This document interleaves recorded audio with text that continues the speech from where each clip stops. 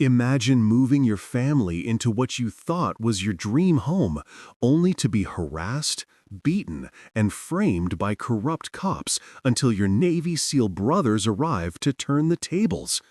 You don't belong here. That was the first sentence Derek Cole heard from his new neighbor on the day he unloaded the last box from the moving truck. It wasn't shouted. It wasn't even said with anger. It was muttered, almost like a warning. And though Derek tried to shrug it off, those words stuck in his head as he stood in the driveway of his new home. In suburban Texas, sweat dripping down his forehead, his kids running circles around the front yard, and his wife calling for him to help with the boxes. Derek was 37 years old, a Navy veteran who had spent nearly 2 decades serving overseas. He'd done tours in Afghanistan and Iraq. He'd seen combat. He'd seen men break under pressure. But what he wanted now was simple: peace. A safe street for his kids to ride their bikes. A backyard where he could barbecue on Sundays. A home he could finally call his own. That was the dream. The house itself was modest but solid, a 2-story brick home with a wide garage and a patch of green lawn he couldn't wait to maintain. For him, this was victory. After years of deployments and separation from his family, he'd finally earned stability. His wife Simone was glowing with excitement, already sketching ideas for the garden. His son Caleb was racing his little sister Mia down the sidewalk, their laughter filling the air. But the neighborhood wasn't as welcoming as they had hoped.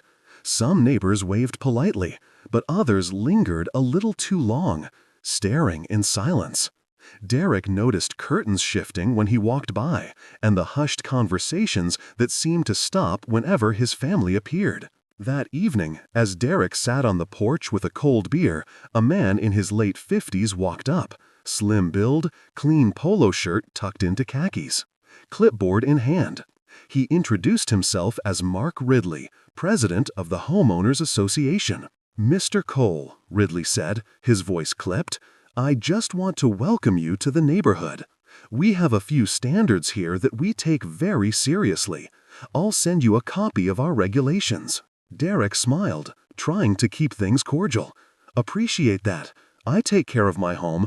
You won't have any problems with me." Ridley's eyes flicked toward Derek's flagpole, where the American flag fluttered in the breeze. "That flagpole looks about 2 feet taller than what's permitted. We'll need to address that." Derek blinked, caught off guard.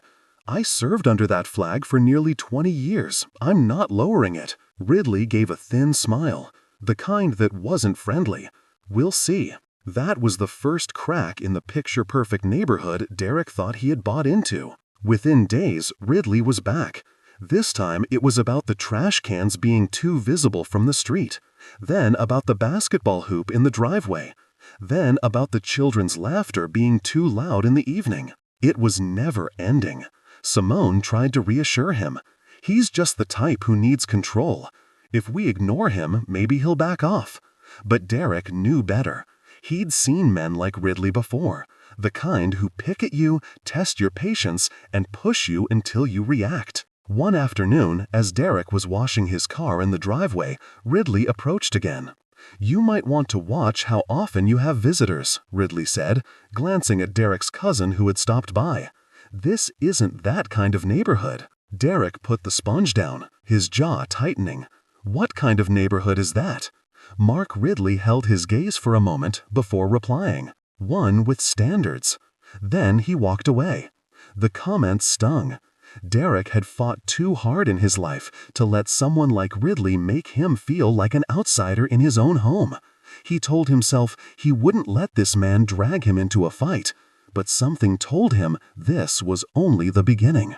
That night, as Derek tucked his kids into bed, he caught himself staring out the window, scanning the street, noticing Ridley's car parked longer than usual near the corner. His instincts, honed from years in the military, told him something wasn't right. He couldn't shake the thought that Ridley wasn't just a nuisance. He was a threat, waiting to escalate. But the real danger wasn't Mark Ridley alone. It was who he called when he wanted to turn his grudges into power. The next morning, Derek stepped outside to grab the paper and noticed something taped to his front door. A bright yellow slip of paper, official looking, with bold lettering at the top. Notice of violation. The reason, improper placement of trash receptacles. He laughed under his breath, shaking his head. The cans were exactly where the city ordinance required them to be. But this wasn't about city rules. This was about Ridley. Simone found him there, the paper crumpled in his hand. "Another one?" she asked. "Yeah," Derek muttered. "He's not gonna stop." It became a rhythm. Every few days, another violation. Grass too long, cars parked too close to the curb, decorative lights too bright. Derek kept records, photos, everything. He needed to prove the complaints were bogus. But it wore him down. And worse, it started to wear on his family. One evening, while grilling in the backyard, his kids asked if they could invite friends from school over. Before Derek could answer, Simone gave him a look. She didn't want the kids to feel punished, but she also didn't want to give Ridley more ammunition. "Maybe not right now," she said softly. Caleb frowned. "Why?" "It's just a sleepover." Derek forced a smile. "We'll do it soon, buddy, I promise." But inside, he felt anger boiling. His kids were being made to feel like they didn't belong, all because one man had decided they were the problem. Ridley wasn't subtle about his disdain. He often stopped on the sidewalk to inspect Derek's property, jotting notes on his clipboard while pretending to be polite. If Simone caught him, once Derek overheard him talking to another neighbor, a middle-aged woman with a small dog. "We'll get this under control," Ridley told her, as though Derek's family was some sort of infestation. Finally, Derek confronted him. It was a warm Saturday afternoon, and Derek was mowing the lawn when Ridley walked over, papers in hand. "Mr. Cole," Ridley said, "your fence needs repainting. HOA guidelines are very clear." Derek cut the engine and wiped sweat from his brow. "Mark, this fence was painted 6 months ago by the previous owner. It doesn't need a thing." Ridley smirked. "Our standards are higher than that." Derek stepped closer, lowering his voice. "Listen, I don't know what your problem is, but I'm not going to keep letting you harass my family. My kids deserve better than this nonsense." Ridley tilted his head, his smile widening. "Problem? There's no problem unless you want there to be." Then, almost casually, he added, "You know, a friend of mine on the police force lives nearby. Good man. He doesn't take kindly to rule breakers." That was the first time Derek heard Ridley mention the cops. Something in the way he said it wasn't casual. It was a threat. Later that night, Simone tried to calm him. "He's bluffing. He can't just sick the police on us." But Derek wasn't so sure. His gut told him Ridley had more influence than he let on. The next week proved him right. Derek was driving home from work when flashing lights appeared in his rearview mirror. He pulled over, confused. He hadn't been speeding. When the officer approached, his name tag read Halverson. The tone was cold from the start. "License and registration," Halverson demanded. "What's the stop for, officer?" Derek asked, handing over his ID. "Broken tail light," Halverson said. Derek knew that was a lie. His car was practically new. But arguing wasn't worth it. He kept his voice steady, his hands visible, every movement deliberate. Halverson stared at him longer than necessary, before finally letting him go with a warning. When Derek pulled into his driveway, he saw Ridley standing in his yard, chatting with another man in uniform. The second officer, Stockia, with sharp eyes, introduced himself later as Kyle Mercer. The connection was clear. These were Ridley's friends. From then on, things escalated quickly. Derek began noticing a police car parked near his street, sometimes at odd hours. Once, on his way to work, he was followed for nearly 15 minutes. When Simone went to the grocery store, she returned shaken, saying a patrol car had circled the lot twice while she loaded groceries into the trunk. "This is intimidation," Derek said one night, pacing the living room. "He's using his buddies to make us feel trapped." Simone's voice trembled. "What are we supposed to do? We can't move again, Derek. This is our home." He sat down beside her, taking her hand. "I won't." It was a Thursday evening when things boiled over. For the first time, the sun had dipped low, painting the Texas sky in shades of orange and pink, and Derek was helping Caleb with his math homework. At the dining room table, Simone was in the kitchen preparing dinner while Mia chased their dog around the living room, her laughter echoing through the house. It was a moment that felt normal, almost comforting, until a sharp knock rattled the front door. Derek pushed his chair back and opened it to find Mark Ridley standing on the porch, clipboard tucked under his arm. As always, his expression was stiff, eyes darting past Derek to glimpse the family inside. "Evening, Mark," Derek said, forcing politeness. Ridley wasted no time. "Your children have been creating a disturbance again. Several neighbors have complained about the noise." "This isn't a playground, Mr. Cole. This is a neighborhood of working families who deserve peace." Derek's jaw tightened. They're playing in their own. Sooner than he ever imagined, and it would arrive right at his front door. The day had been long and tense. Derek had stayed late at the shop, trying to drown his frustration in work, while Simone wrangled the kids at home. By the time he pulled into the driveway, the sky was black, and the cicadas were buzzing loud in the warm Texas air. He was bone-tired, but his heart lifted when he saw the living room lights on and his kids as shadows dancing across the blinds.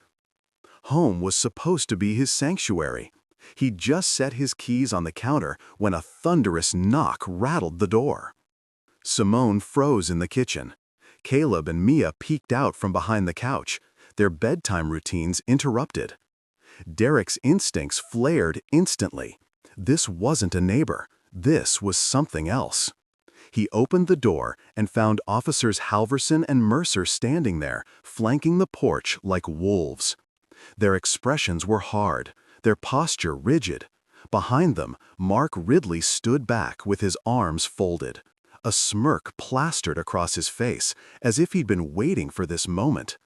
"Mr. Cole," Halverson said sharply, "we've had reports you were threatening neighbors again. We need to talk."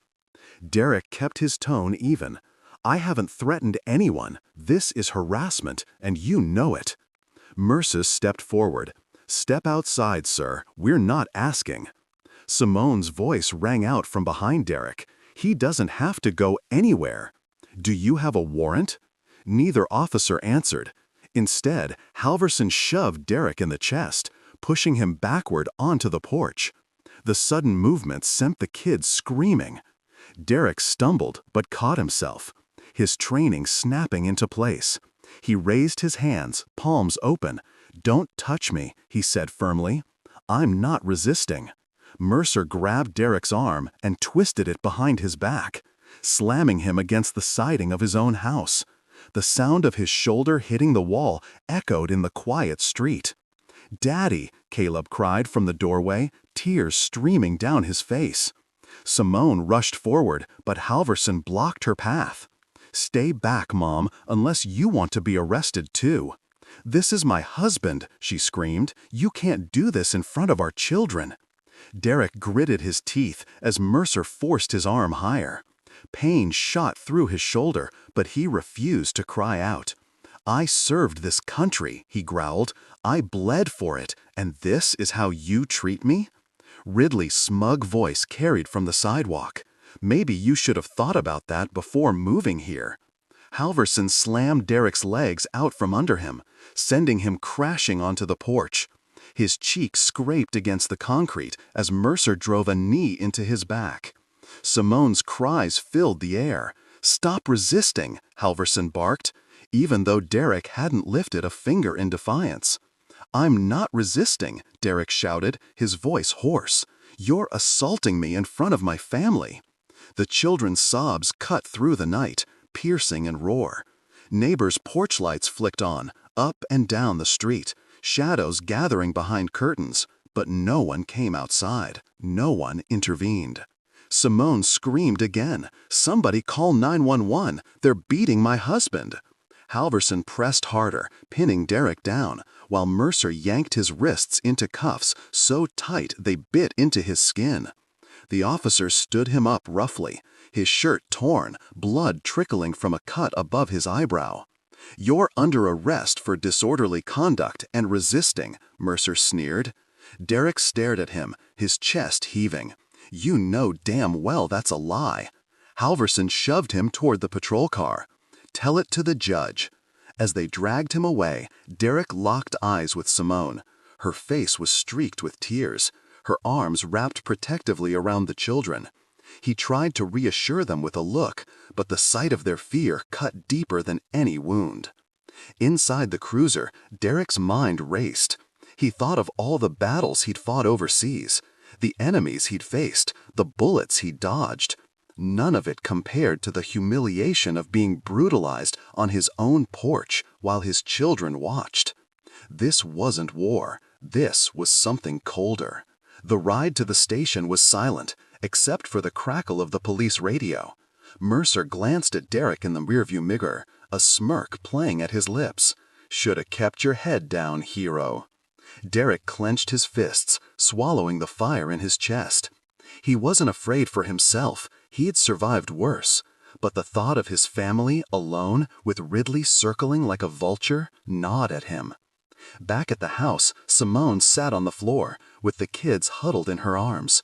Her voice shook. "We'll get him back. We won't let them break us." But even she didn't know how. But Derek's arrest wasn't the end. It was the spark, and sparks have a way of catching fire when the right people hear about them.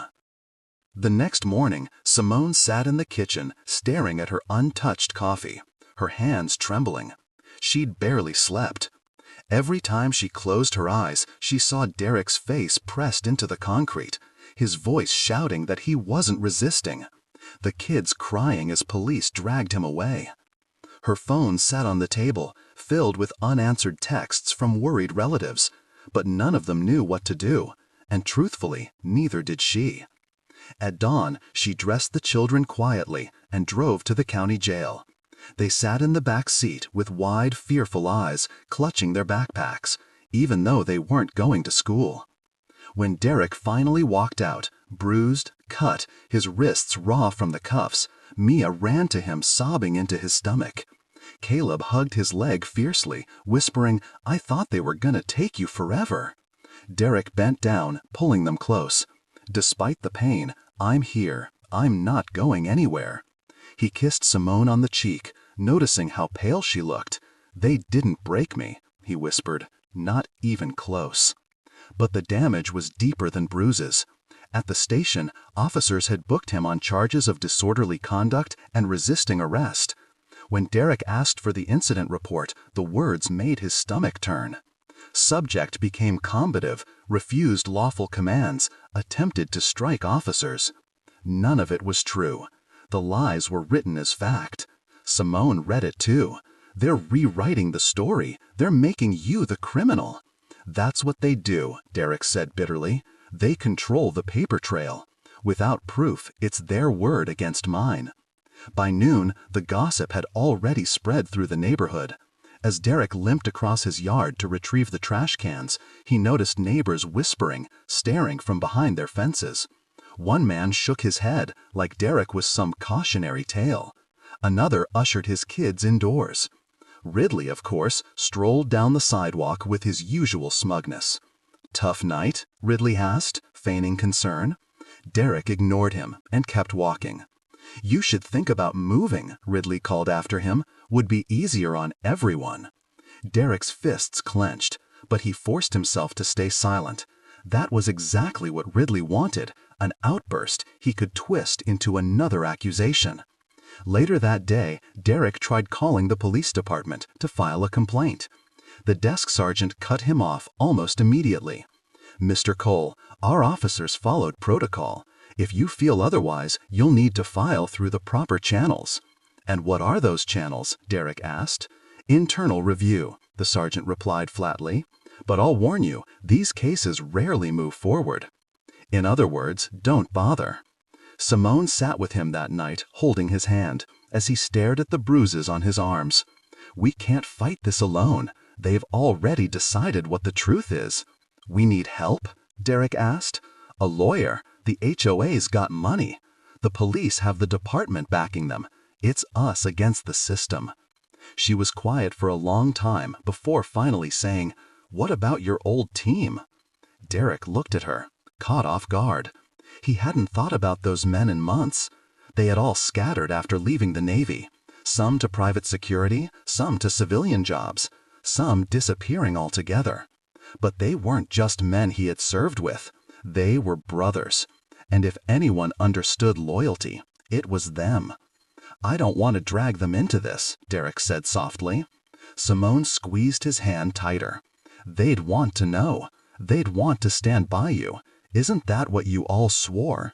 To never leave each other behind." The weight of her words hung heavy.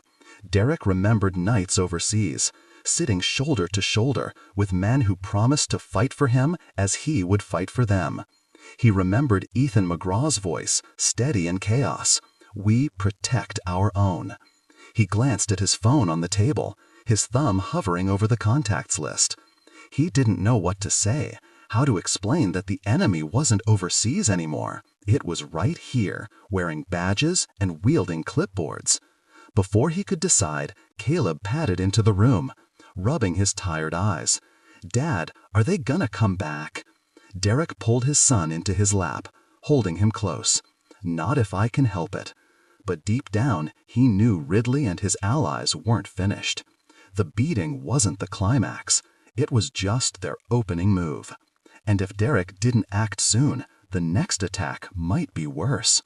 That night, as he lay awake staring at the ceiling, he thought about the men he'd fought beside, men who knew what it meant to stand your ground against impossible odds. For the first time, Derek considered making the call. But once